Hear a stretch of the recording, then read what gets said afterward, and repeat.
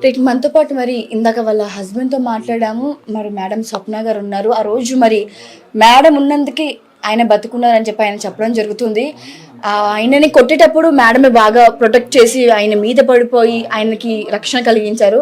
మరి ఒక్కసారి మేడంతో మాట్లాడదాం. ఇలాంటి పరిస్థితుల్లో మాట్లాడుతున్న మళ్ళీ మీకు తప్పుగా అనిపించవచ్చు. కానీ జనాలకి చాలా అవాస్తవాలు తెలుసు. వాస్తవం ఏంటో ఆవిడ నోట్ల నుంచి మనం విందాము. నమస్తే మేడం, మిమ్మల్ని ఇబ్బంది పెట్టే ప్రయత్నం చేయడం కాదు, కానీ అంటే చాలా మందికి ఏమైందంటే కొంచెం నెగిటివ్గా స్ప్రెడ్ అయిపోతుంది ఏం జరిగిందనేది. ఆ రోజు అసలు వాళ్ళు గొడవ అయిపోయి ఎందుకు రావాల్సి వచ్చింది మళ్ళీ మేడం? మీరు ఉన్నారు ఆ రోజు ఇంట్లో? ఇంట్లోనే ఉన్నానండి. మా హస్బెండ్ ఎలక్షన్ డ్యూటీ మీద నెక్స్ట్ డే హాలిడే ఉంది కదా, ఆయన రెస్ట్ తీసుకున్నారు. పొద్దంతా రెస్ట్ తీసుకున్నారు. ఈవినింగ్ 6:30కి అట్లా దాన్ని వాకింగ్ తీసుకెళ్లారు. పక్కన చూస్తే వాళ్ళు ఇద్దరు మనుషులు ఉన్నారు వాళ్ళ ఇంటి దగ్గర. నాకు ఎందుకో డౌట్ అనిపించింది. వాళ్ళు సీరియస్గా చూస్తున్నారు, ఫోన్లో మాట్లాడుతున్నారు. పైనుంచి మా హస్బెండ్కి అదే ఇంటిమేట్ చేశాను, ఎందుకో చూస్తున్నారు అది ఇది అని. అంటే అసలు వెళ్ళేటప్పుడే చెప్పాను నేను, అంటే అట్లా భయపడితే ఇట్లా వాళ్ళు ఎందుకున్నారు అది ఇది అని అనుకుంటూ వెళ్ళిపోయినారు వాళ్ళు. కిందికి వెళ్ళి చెప్తున్నా వాళ్ళ బ్రదర్కి కాల్ చేశారు. తను కాల్ చేసి వితిన్ సెకండ్స్లోనే ఆయన మీద వెనక నుంచి ముగ్గురు వచ్చేసిండ్రు, అటాక్ చేసేసాను. ఇంకా ఇటు నుంచి అటు నుంచి నేను అరుస్తూనే ఉన్నా, వాళ్ళు వస్తున్నారు నేను అరుస్తున్నా, ఆయనకు వినిపించలేదు. అసలు కిందికి వెళ్ళే లోపల కింద పడేసి కొట్టేసినారు మొత్తానికి. మీద పడిపోతున్నా అంటే ఇద్దరిని చంపేయాలి అన్నంత కసిలో ఉన్నారు వాళ్ళు. మేమైతే షాక్లోనే ఉండిపోయినాం. అంటే చిన్న ఇష్యూకి ఇంత పెద్దగా. మీకు ఇదివరకు ఏమైనా అంటే లైక్ ఏదైనా చిన్న చిన్న గొడవలు జరిగితే అది మనసులో పెట్టేసుకొని కొడతారు కదా మేడం, అట్లా ఇదివరకు ఏమైనా మీ ఇద్దరు మధ్య అంటే మీ ఫ్యామిలీ వాళ్ళ ఫ్యామిలీ మధ్యకి ఏమైనా జరిగినాయా, లేకపోతే ఇదే ఫస్ట్ టైం వాళ్ళు మిమ్మల్ని అటాక్ చేయడం, మీ మీద ఘర్షణ జరగడం? కానీ 1 వీక్ బిఫోర్ అయిందండి. కాకపోతే చిన్నగా ఇప్పుడు ఇంటి దగ్గర అయితే మాట ఈ మా బ్లూ విషయంలోనే వాడు బయటికి ఆయన ఓట్ వేయడానికి వెళ్తున్నాడు. 1 వీక్ బిఫోర్ కూడా ఓట్ వేయడానికి వెళ్తుంటే ఆయన వెనకాల పరిగెట్టి వెళ్ళింది. కిందికి వెళ్ళిపోతుంది, తను వెళ్ళిపోగానే ఆయన గేట్ వేసేస్తాడు. మళ్ళీ ఏంటంటే మా పాపది స్కూటీ అదే కలర్లో ఉంటుంది.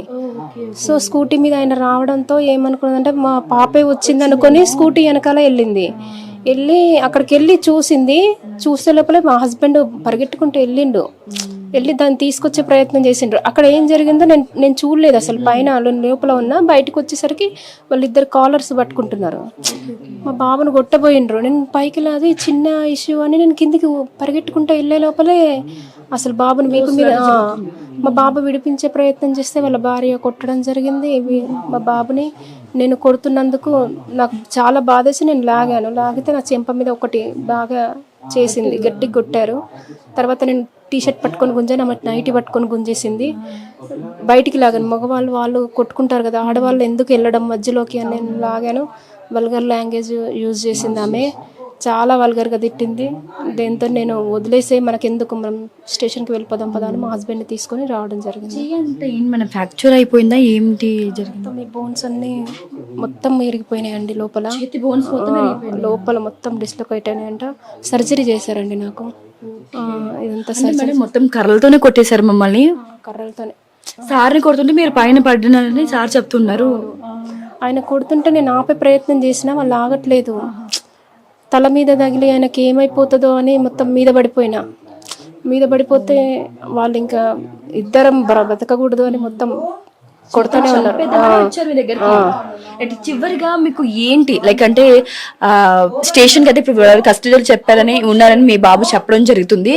సో చివరిగా ఏం న్యాయం కోరుతున్నారు మీరు ప్రభుత్వానికి? లేదంటే ఇట్లాంటి సిచ్యువేషన్ మాకు ఎప్పుడు కాలేదండి. మేము వీళ్ళు ఉండబట్టి ఇప్పుడు మా హస్బెండ్ వాళ్ళు కూడా 50 ఇయర్స్ అవుతుంది. వాళ్ళు అసలు ఎప్పుడు ఇన్ని సంవత్సరాలలో ఎప్పుడు గొడవలు జరగలేదు. మా పెళ్ళైనప్పటి నుంచి కూడా ఎప్పుడు జరగలేదు. ఇది జరగడం ఫస్ట్ టైం నాకు. అందే ఈ రోజు ఇది జరిగింది. వాళ్ళు వచ్చి 1 ఇయర్ కూడా కాలేదు.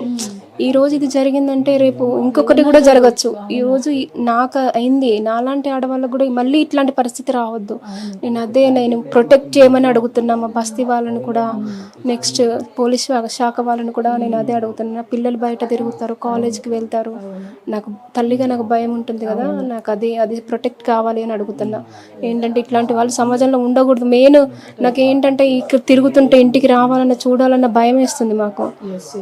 మా బస్తీ వాళ్ళు కూడా కూడా సపోర్ట్ చేస్తాము, మీరు టెన్షన్ పడకండి అని వాళ్ళు కూడా చెప్పారు. మేడం మీకు మా మీడియా వల్ల కూడా చాలా సపోర్ట్ ఉంటుంది. కొంచెం మీరు మీ హెల్త్ జాగ్రత్తగా చూసుకొని తొందరగా రికవర్ అవ్వండి. Thank you madam. ఇప్పుడు ఆపరేషన్ లేకుండానే మోకాళ్లకు ప్లాస్మా ట్రీట్మెంట్, మీ ఆర్థోపెటిక్ సమస్యలన్నిటికీ రోబోటిక్ టెక్నాలజీ ద్వారా తక్కువ ఖర్చుతో శాశ్వత పరిష్కారం, ఫ్రీ కన్సల్టేషన్, ప్రతి ట్రీట్మెంట్ పై 20% డిస్కౌంట్.